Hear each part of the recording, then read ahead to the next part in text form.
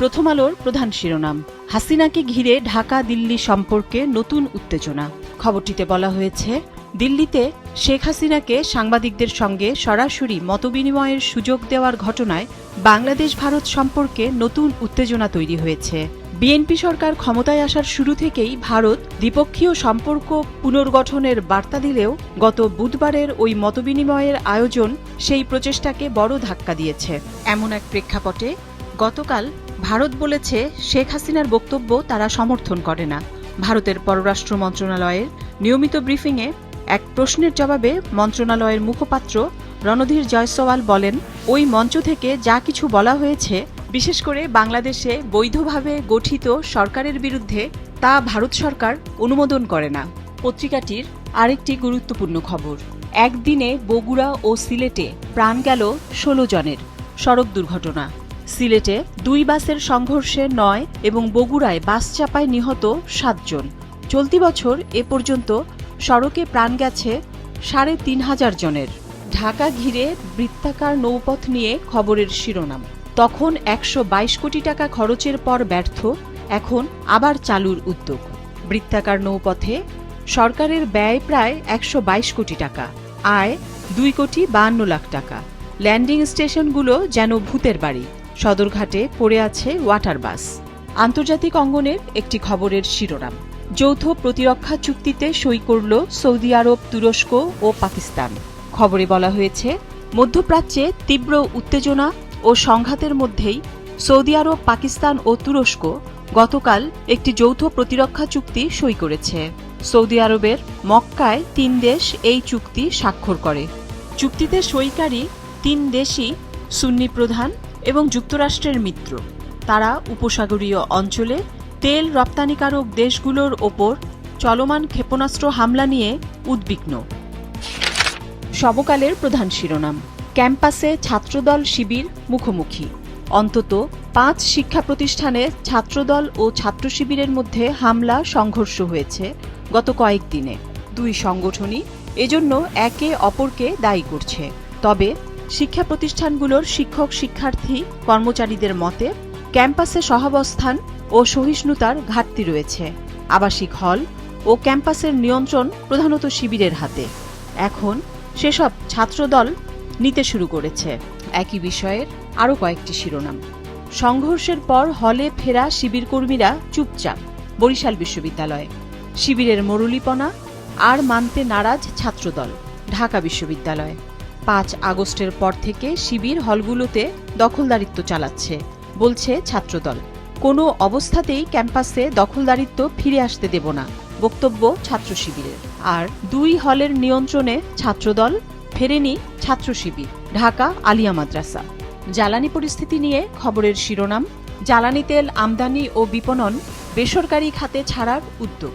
Committee গঠন, দ্রুত নীতিমালা প্রণয়নের তৎপরতা। প্রস্তাব জমা দিয়েছে 4 কোম্পানি। পত্রিকাটির আরেকটি খবরের শিরোনাম, নিরাপত্তা পেলে দেশে বিচারের মুখোমুখি হতে প্রস্তুত সাকিব, স্বাভাবিক প্রক্রিয়ায় ফেরার সুযোগ নেই প্রতিমন্ত্রী। যুগান্তরের প্রধান শিরোনাম, নিম্ন মধ্যবিত্তও ছুটছে বিদেশে, স্বাস্থ্য সেবায় আস্থার সংকট।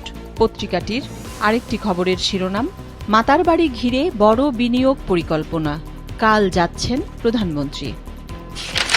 কালের কণ্ঠের প্রধান শিরোনাম, মন্ত্রিসভায় যোগ হচ্ছে নতুন মুখ, একাধিক মন্ত্রণালয়ের দায়িত্ব পুনর্বণ্টন। 180 দিনের মূল্যায়নে নজর মন্ত্রী প্রতিমন্ত্রীদের। 6 মাসে কর্মপরিকল্পনার অগ্রগতি প্রধানমন্ত্রীর দপ্তরে জমা দিতে তৎপরতা। বাদ নয়, সতর্ক বার্তাও হতে পারে।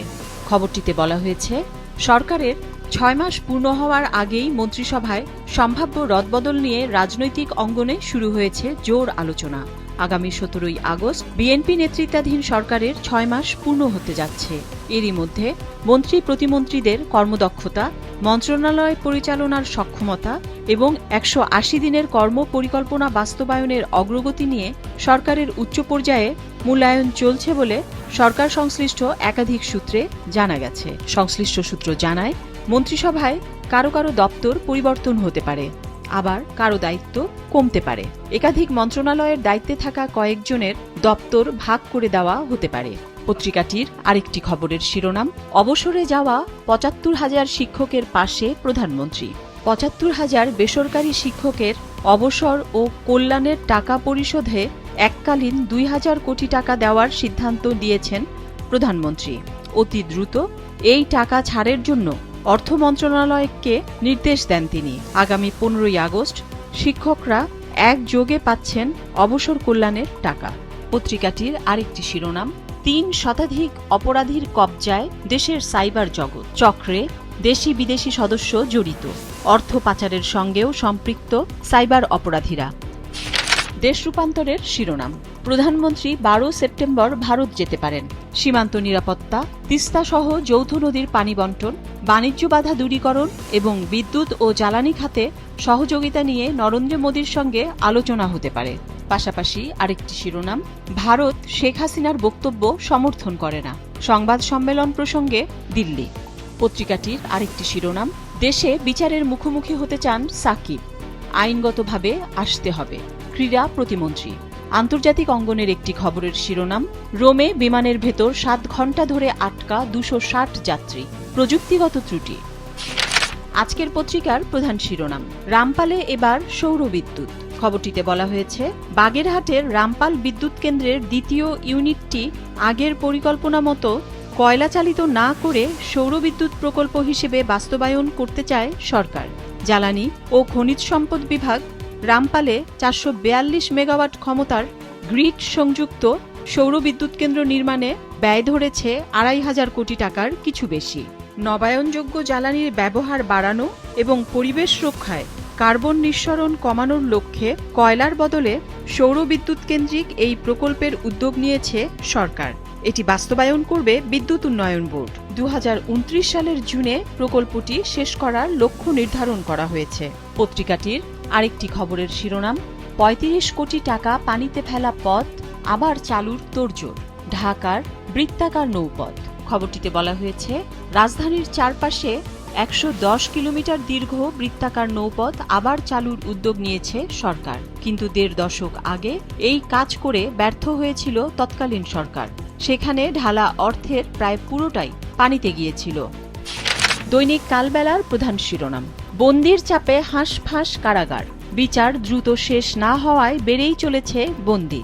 খবরটিতে বলা হয়েছে, দেশে মোট ৭৫টি কারাগারে বন্দি ধারণ ক্ষমতা ৪৫,২৮৬ জন, অথচ গত ৩০ জুলাই পর্যন্ত কারাগারগুলোতে বন্দি ছিল ৯৩,৪৪০ জন, অর্থাৎ দ্বিগুণেরও বেশি বন্দির ভার বহন করছে দেশের কারাগারগুলো। দেশের ব্যবসা বাণিজ্য নিয়ে একটি খবরের শিরোনাম, যুক্তরাষ্ট্রে কমছে পোশাক রপ্তানি, দ্বিতীয় শীর্ষস্থান ধরে রেখেছে বাংলাদেশ। ৬ মাসে কমেছে ৫.৭৫%। ভিয়েতনামের বেড়েছে ১.০৮%। বেড়েছে ইন্দোনেশিয়া ও কম্বোডিয়ারও। বাংলাদেশের পাশাপাশি কমেছে চীন, ভারত, মেক্সিকো, পাকিস্তানেরও। খবরটিতে আরও বলা হয়েছে, চলতি বছরের প্রথমার্ধে দেশের তৈরি পোশাকের সবচেয়ে বড় রপ্তানি বাজার যুক্তরাষ্ট্রে প্রধান প্রতিযোগী দেশগুলো থেকে পিছিয়ে পড়েছে বাংলাদেশ। জানুয়ারি থেকে জুন পর্যন্ত মার্কিন বাজারে ভিয়েতনাম সহ ইন্দোনেশিয়া, কম্বোডিয়া প্রবৃদ্ধিতে থাকলেও বাংলাদেশের রপ্তানি ৫.৭৫% কমেছে। এই সময় বাংলাদেশের পোশাক রপ্তানি হয়েছে $৪ বিলিয়ন। গত বছর একই সময়ে যা ছিল $৪.25 বিলিয়ন। রপ্তানিতে এই ধাক্কার পরও যুক্তরাষ্ট্রের বাজারে দ্বিতীয় বৃহত্তম পোশাক রপ্তানিকারী দেশের অবস্থান ধরে রেখেছে বাংলাদেশ। তবে প্রধান প্রতিযোগী দেশগুলো প্রবৃদ্ধি ধরে রাখায় গুরুত্বপূর্ণ এই বাজারে প্রতিযোগিতা আরও কঠিন হতে চলেছে বলে মনে করছেন খাত সংশ্লিষ্টরা। আন্তর্জাতিক অঙ্গনের একটি গুরুত্বপূর্ণ খবরের শিরোনাম, ইরান যুদ্ধ থেকে বের হওয়ার পথ পাচ্ছেন না ট্রাম্প। রয়টার্সের বিশ্লেষণ। খবরে বলা হয়েছে, ইরানের পাল্টা হামলার সক্ষমতা এবং হরমুজের ওপর নিয়ন্ত্রণ ট্রাম্পকে কঠিন পরিস্থিতির মুখোমুখি করেছে। বিশ্লেষকদের মতে, বর্তমানে দুটি বিকল্পের মাঝামাঝি অবস্থায় আটকা পড়ে আছেন ট্রাম্প। ইরান ওমান আলোচনাধীন চুক্তি ট্রাম্প মেনে নিলে আনুষ্ঠানিকভাবে হরমুজ যাবে ইরানের নিয়ন্ত্রণে। ইরানের ওপর তীব্র হামলা শুরু করলে তা পরিস্থিতিকে দীর্ঘমেয়াদী সংকটের দিকে ঠেলে দেবে।